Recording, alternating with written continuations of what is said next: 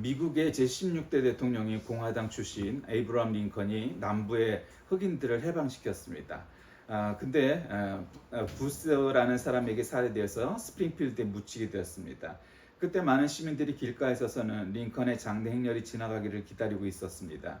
그 중에 한 흑인 여인이 소리를 듣고 그녀는 아이를 높이 쳐들고 이렇게 외칩니다. 얘야, 저 어른을 보아라. 너를 위하여 죽은 사람이다. 마치 예수 그리스도를 향한 그리스도인의 외침과 비슷했다. 뭐 이런 고백입니다. 훌륭한 대통령이죠. 뭐 미국의 역대 대통령들 중에서 뭐 한 50명 가량의 50대 대통령까지 있으니까 꼽자면 뭐 조지 워싱턴, 에이브람 링컨 뭐 이런 사람들은 뭐 이론의 여지 없이 뭐 당과 관계없이 훌륭한 대통령으로 꼽히는 사람들입니다. 근데 그 에이브람 링컨 대통령이 노예 해방을 추진한 것은 사실이지만 그것이 아주 그냥 오직 신앙과 뭐 인도주의와 뭐 정의만을 위해서 했느냐 하면 꼭 그런 건 아닙니다. 경제적인 가치가 있었죠. 왜냐하면 북부 지역은 자유로운 노동자가 많이 필요한 동네고 남부는 노예가 많이 필요했기 때문에 그게 이제 노예라는 그때 현실적인 제도하고 맞물려 있었으니까 그런 현실적 가치가 전혀 없이 그냥 오로지 막 그랬다고 생각하는 건 굉장히 잘못된 판단입니다. 그러니까 어쨌든 그가 훌륭한 대통령인 건 사실이지만 그에게조차도 이제 그런 부분이 있었다라는 것이죠. 요즘 가만 들어보면은 이제 유튜브에 교회에 대해서 혹은 뭐 신학에 대해서 성경에 대해서 설교에 대해서 뭐 이렇게 얘기하는 가운데 예전과는 조금 달리 이렇게 어떤 주장들이 많이 나옵니다. 이제 강성이라는 얘기죠. 그래서 소위 보수적인 혹은 극우적인 생각들 가운데 옛날에는 다 그런 생각은 개신교 안에서 장로교, 보수파 장로교 속에서 나오는데 요즘은 거기보다 더 아주 센 캐릭터가 나옵니다. 그게 이제 그 킹 제임스 버전이라고 하는 흠정역 성경을 갖고 굉장히 그것만이 유일한 성경이다. 이거는 뭐 보수적인 장로교회에서 볼 수 없었던 아주 새로운 장르입니다. 그러니까 킹 제임스 버전이라는 흠정역 성경이 유일한 하나님의 성경이다라고 주장하는 사람들의 대부분은 침례교입니다.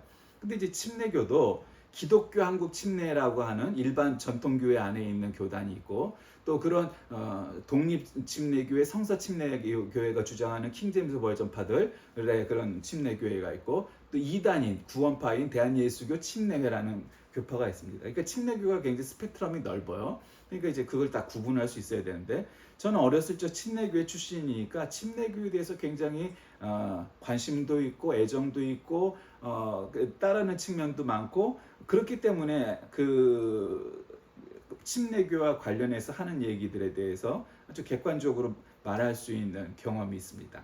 어쨌든 그래서 그런 이 독립 침례교회, 성서 침례교회 일부 뭐 사실 대부분이지만 그 사람들이 주장하는 킹 제임스 버전만이 유일한 성경이다 하는 주장은 굉장히 위험한 생각입니다. 근거도 희박합니다. 신학적으로. 그러니까 그거는 뭐 우리가 여기서 신학을 다 얘기할 수 없지만 어쨌든 그 성경이 좋은 성경인 것은 틀림없는 사실이지만 그러나 그 성경만이 유일한 다른 성경들은 다 뭐 마귀가 변개시켰고 그 사람들 주장에 따르면 오직 킹 제임스 버전만이 유일한 성경이다 이렇게 얘기하는 것은 근거가 없습니다. 그걸 좋아할 수는 있습니다. 얼마든지. 우리나라 사람들도 아직도 옛날에 개혁 성경, 개혁 한글판 썼던 분들은 나는 개혁 한글 성경이 제일 좋은 것 같아. 뭐 혹은 개혁 개정이 좋은 것 같아. 그럴 수 있죠. 그거는 본인의 취향이니까 혹은 예전부터 오래 썼으니까 그런 경험 때문에 나는 그 성경이 좋은 것 같아. 얼마든지 그럴 수 있습니다. 그러나 그 생각도 사실은 아주 옳은 생각은 아닙니다. 왜냐하면 성경이란 거는 옛날 번역이 제일 좋다 이렇게 생각하는 것은 뭐 별 근거가 없죠. 사실은 시대가 변할수록 흔히 우리가 얘기는 한 세대별로 30년 만에 성경은 계속 번역돼야 된다고 얘기합니다. 우리 어렸을 땐 개혁 한글판을 썼죠. 그리고 개혁 개정도 썼습니다. 그리고 이제 표준 새번역도 나왔고 뭐 이런 식으로 성경은 계속 번역돼야 되죠. 최근에도 이제 새번역이 다시 개정되어서 나왔죠. 그러니까 계속 성경은 번역이 달라지고 그렇게 나오게 돼 있죠. 그러니까 어쨌든 이 얘기를 왜 시작했냐면 어느 그 독립침례교회 목사가 이런 얘기를 했습니다. 그러니까 기존교회, 그러니까 기성교회, 기존교회, 우리가 흔히 말하는 정통교회 사람들은 이제 기존교회라고 그러고 자기들은 자유교회랍니다. 그러니까 어쨌든 뭐 그렇다 치고 그러니까 그 사람들이 얘기하는 주장 가운데 하나가 이런 거였습니다. 우리 같은 자유교회는 진정한 성경을 기반으로 하는 교회는 사도신경도 안 하고 주기도문도 안 하고 축도도 안 한다는 거예요. 그리고 뭐 기존 한국 교회처럼 가운도 안 입고 뭐 세례도 안 하고 오직 침례만 하고 뭐 이제 그것들이 뭐 침례만 하는 거는 이제 침례교회 모든 침례교회의 공통점이니까. 근데 이제 그 중에서 사도신경, 주기도문, 축도가 없다라는 얘기를 합니다. 그러니까 저는 누구보다 침례교회를 잘 이해합니다. 저도 사실 뭐 세례식 때 뭐나 성만찬 예배 때 빼놓고는 가운을 안 입잖아요. 그 이유가 뭐냐? 그는 약간 침례교회적 전통이 있는 거예요. 그러니까 옛날부터 루터교회, 성공회, 장로교까지는 약간 고교회적 전통이 있어요. 고교회라는 건 뭐 높은 교회, 훌륭한 교회라는 뜻이 아니라 의식을 많이 담은 교회예요. 그다음에 이제 감리교회는 약간 중도적이에요. 성공에서 나왔으니까 고교회적인 측면도 있지만 웨슬리안이니까 또 오픈된 것도 있어서 약간 중도에 있고, 그다음에 성결교, 순복음, 그다음에 하나님의 교회, 침례교, 옛날 하나님의 교회가 그랬는데 그건 빼고 어쨌든 뭐 복음교회, 구세군 이런 것들은 약간 웨슬리안 계통에 있으니까 이 사람들은 약간 로우 처치에 해당돼요. 의식을 그렇게 많이 포함시키지 않아요. 그러니까 이제 그런 게 있기 때문에 그런 걸 옛날에는 침례교회에서 신앙생활도 해봤고 지금 이제 성결교회에 있으니까 그런 걸 다 이해한다 이 말이죠. 근데 어쨌든 사도신경 해야 되느냐? 여러분 사도신경은 우리가 가끔 보면, 가끔이 아니라 사실은 대부분 사도신경 할 때는 기도할 때처럼 눈 감고 고개 숙이고 사도신경을 하는 분들이 많은데 그런 건 아닙니다. 사도신경은 기도가 아니에요. 우리가 기도문 안에 보통 많이 넣죠. 어제들 때 성경이나 기도문에. 그러나 기도가 아니에요. 그러니까 사실은 엄밀하게 말하면 FM대로 얘기하면 눈 똑바로 크게 뜨고 앞을 쳐다보면서 하는 것이 신앙 고백이어야 되는 거예요. 그러니까 기도가 아니니까 눈 감고 할 필요가 없어요. 그러니까 어쨌든 오늘 이제 사도신경에 좀 집중을 해서 얘기를 하려고 하는데, 오늘 이 본문에 나오는 베드로의 이야기는 우리가 너무 잘 알죠. 그래서 로마 가톨릭 교회는 이 구절들을 근거로 해갖고 베드로가 초대 교황이다 이렇게 주장을 하죠. 뭐 사실 뭐 반은 맞을 수도 있고 반은 틀릴 수도 있는데 어쨌든 뭐 그게 아주 근거가 있는 건 아니지만, 너희는 나를 누구로 생각하느냐 하는 예수님의 질문에 베드로가 주는 그리스도시며 살아계신 하나님의 아들입니다 라는 신앙 고백을 하죠. 그 신앙 고백은 중요해요. 어느 교파, 어느 교회든지 신앙 고백이 있을 수 있죠. 근데 이제 그런 신앙 고백이 여러 가지가 있어요. 그러니까 우리가 알 때는 우리가 보통 한국 교회에서 많이 하는 사도신경 혹은 사도신조라고 말하는 것, 우리가 우리도 하죠. 원래 이 사도신경은 전통적인 예배학적인 측면에서 봤을 때는 순서도 어디 들어가야 되냐면 설교 뒤에 들어가야 돼요. 그러니까 그 근거는 뭐냐? 사도신경은 다 성경적인 내용이지만 성경 자체에는 없으니까 성경 다음에 해야 된다라는 논리가 가장 큰 거예요. 근데 이제 우리 교회는 본문을 읽은 다음에 넣죠. 그러니까 그만큼 원래는 설교 뒤에 들어가는 것이 전통적이지만 뭐 설교도 뭐 사람이 하는 거니까 뭐 그럴 바에는 뭐 성경 읽은 다음에 바로 하는 게 좋겠다. 여러 가지 그런 생각 때문에 그렇게 해요. 어쨌든 그런데 문제는 신앙 고백 여러 가지 가운데 사도신경만이 혹은 사도신조만이 유일한 신앙 고백이냐? 아니라는 거예요. 지금 이 베드로의 고백이 사실은 성경에 나타나 있는, 물론 이제 그 전에도 아브라함의 신앙 고백도 있고 모세의 신앙 고백도 다 나오죠, 그렇죠? 그러니까 이제 뭐 그렇지만 그러나 이 모든 신앙 고백들의 신경 신조의 원조는 이거라고 보는 것이 일반적인 이해예요. 그 여기에는 뭐 별로 이견이 없어요.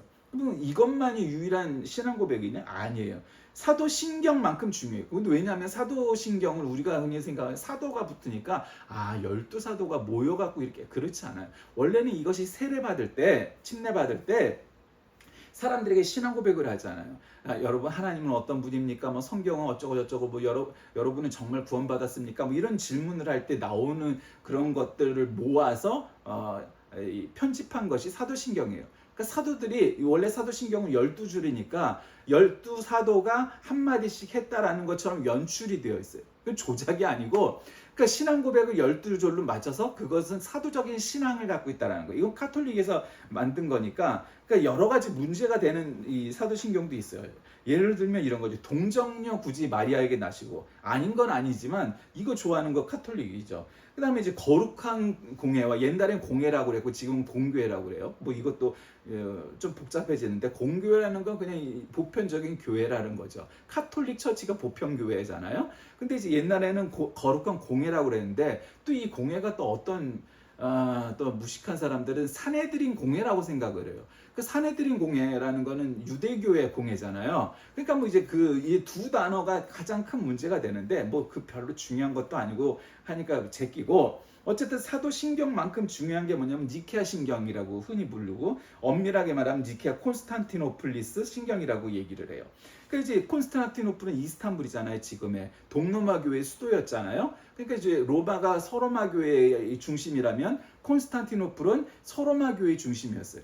그러니까 우리가 잘 알고 있는 사도신경은 로마 가톨릭 교회의 아주 전형적인 신앙 고백이라면, 동로마 교회의 전형적인 거는 이 니케아 콘스탄티노플 이 신조예요. 그러니까 이 니케아 신경은 굉장히 중요해요.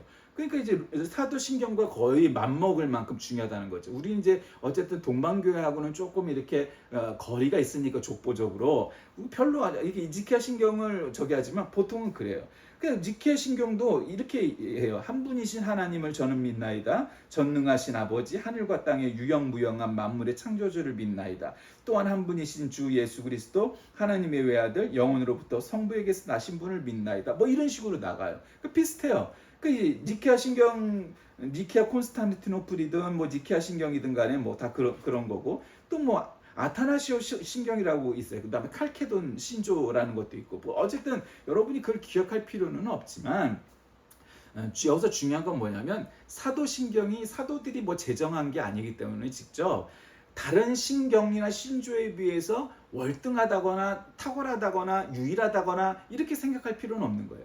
그러니까 그럼 예배 때 사도신경을 해야 됩니까 말아야 됩니까? 예전에 어떤 목사님들은 야, 교회 예배 때 사도신경을 외우는 교회를 가야 됩니다. 여러분, 그런 또 설교를 한 분이 있었는데, 그것도 틀린 말이에요. 여러분, 예배 때 사도신경을 안 외워도 정통교회냐 아니냐의 그런 바로미터가 절대로 되지 않아요. 그러니까 예를 들면 침례교에서는 보통 사도신경을 예배 때 암송 혹은 고백하지 않습니다. 그리고 뭐 그리스도의 교회 같은 경우에도 마찬가지죠. 그럼 그 교회들은 이단이냐? 안 그래요. 물론 이단 교회 같은데 뭐 예를 들면 재림교니 안식교니 이런 데도 사도신경을 안 해요.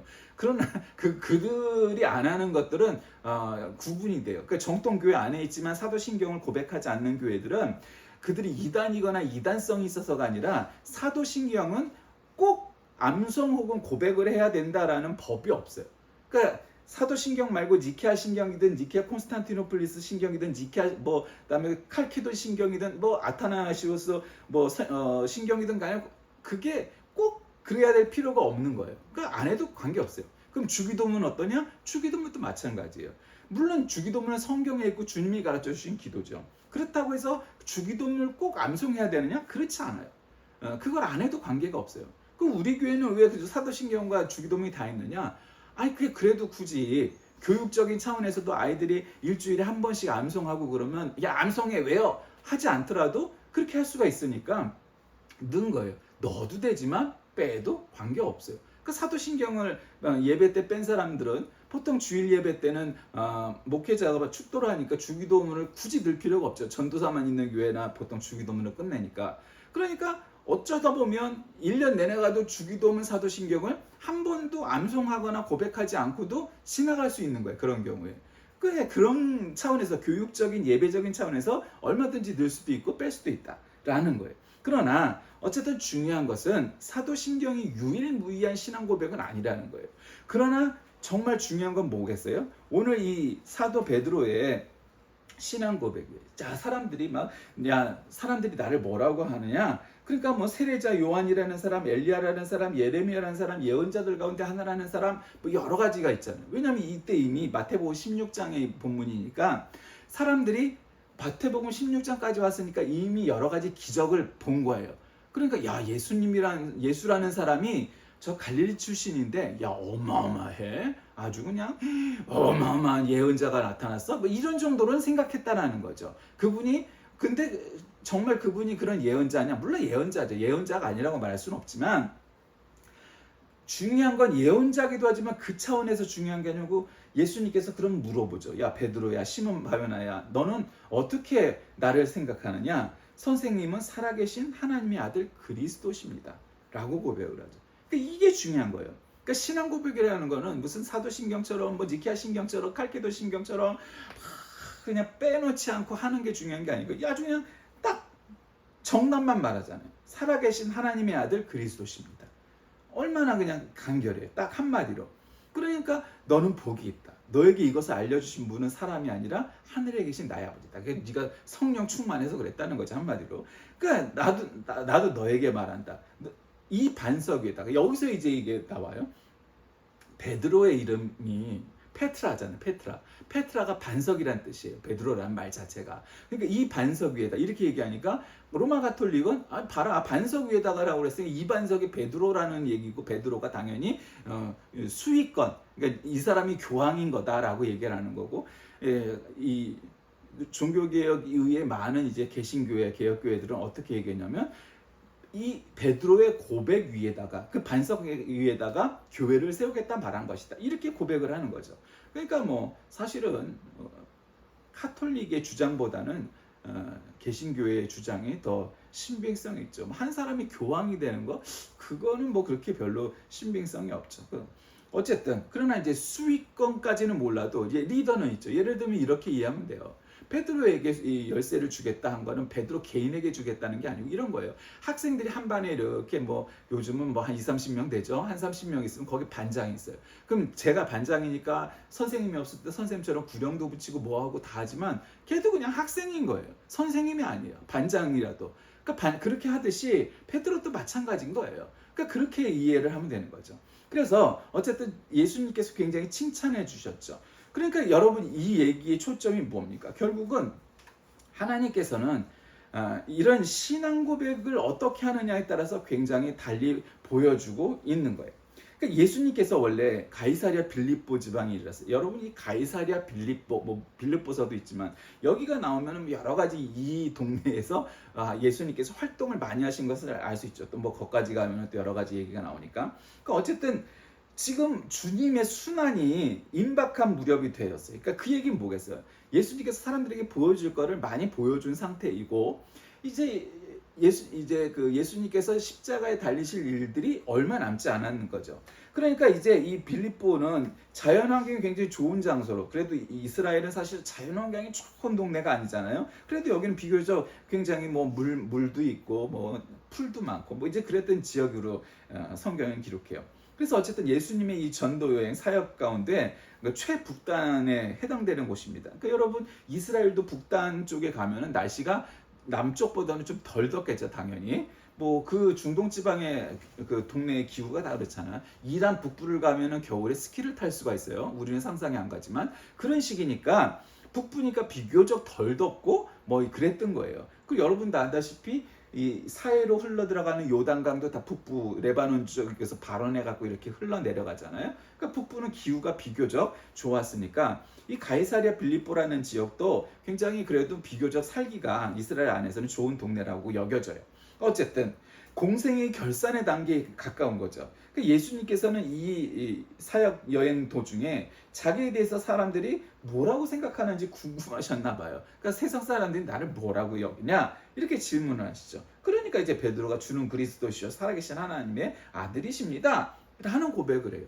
그 굉장히 심플하면서도 정답이고 아주 짧지만 아주 정답 해답 뭐라고 말해도 그렇죠. 그러니까 베드로의 이 고백이 사실은 교회의 탄생의 그 근원이 되었다 뭐 이렇게 말하는 사람도 있고 이 신학이 사실은 예수님 이후의 기독교 신학의 최초의 신학 혹은 신앙 고백이다 이렇게 얘기해도 뭐 어쨌든 문제가 없어요. 그러니까 여러분 생각해 보세요. 지금 교회가 탄생된 게 물론 이제 예수님이 사역을 하시면서 사람들이 못 쓰니까 교회라고 말할 수 있죠. 그것도 교회예요. 교회가 아니라고 말할 수는 없지만 우리는 교회의 출발을 어디서 보냐면 예수님께서 부활 승천하시고 나서 사람들이 마가의 다락방에 모여서 기도할 때 그 오순절날 성령 강림하시면서 이제 그때를 이제 초기 교회, 옛날에 초대교회라고 했던 그 초기 교회의 시초라고 우리는 그때를 봐요. 그러니까 예수님께서 이 당시에는 사람들은 다 유대교 신자예요. 이 당시에 예수님과 그 일당, 그 무리들의 어떻게 사람들이 생각하냐면, 아, 저건 유대교 일파라고 생각했던 거예요. 왜냐하면 예수님의 제자들 가운데 열심당원도 있고, 뭐 젤롯당원도 있고, 뭐 여러 가지의 그런 사람들 속에, 그 다음에 세례자 요한의 제자들도 있었고, 굉장히 다양한 교파 속에서 모인 사람들이 이 안에 있었기 때문에 그 사람들과 또 관계된 사람들은, 아, 새로운 교파가 시작되나 보다, 새로운 예언자를 통해서, 새로운 랍비를 통해서 새로운 종파가 시작되나 보다, 요런 정도로까지 생각을 했지, 이게 유대교와는 전혀 다른 종교가 탄생되리라고는 사람들이 별로 짐작하지 않았어요. 그냥 왜냐하면 똑같이 다 야훼 하나님을 믿고 구약 성경과 모세와 아브라함을 다 논하고 똑같이 공유하고 있으니까 그렇게 생각하지 않았던 거예요. 그러니까 사람들은 예수님을 당연히 뭐라고 받겠어요? 예수님의 행사들을 전부 이렇게 같이 본 사람들은, 야, 정말 위대한 예언자가 하나 나타났어. 얼마든지 그럴 수 있었을 거예요. 야, 이번에는 아주 영빨이 좋은 신앙 선생이 태어났어. 뭐 이렇게 말할 수 있었을 거라는 거죠. 그러니까 뭐 세례자 요한이니 엘리야니 예레미야니 뭐 이런 얘기가 나오는 거예요. 그러니까 예수님께서는 한편으로는 답답한 마음도 있었을 것이고, 한편으로는 가엾은 마음도 있었을 것이고. 근데 이제 사람들은 그렇게 뭐 말할 수 있죠. 바깥에서 본 거니까. 그러니까 당신과 함께 지금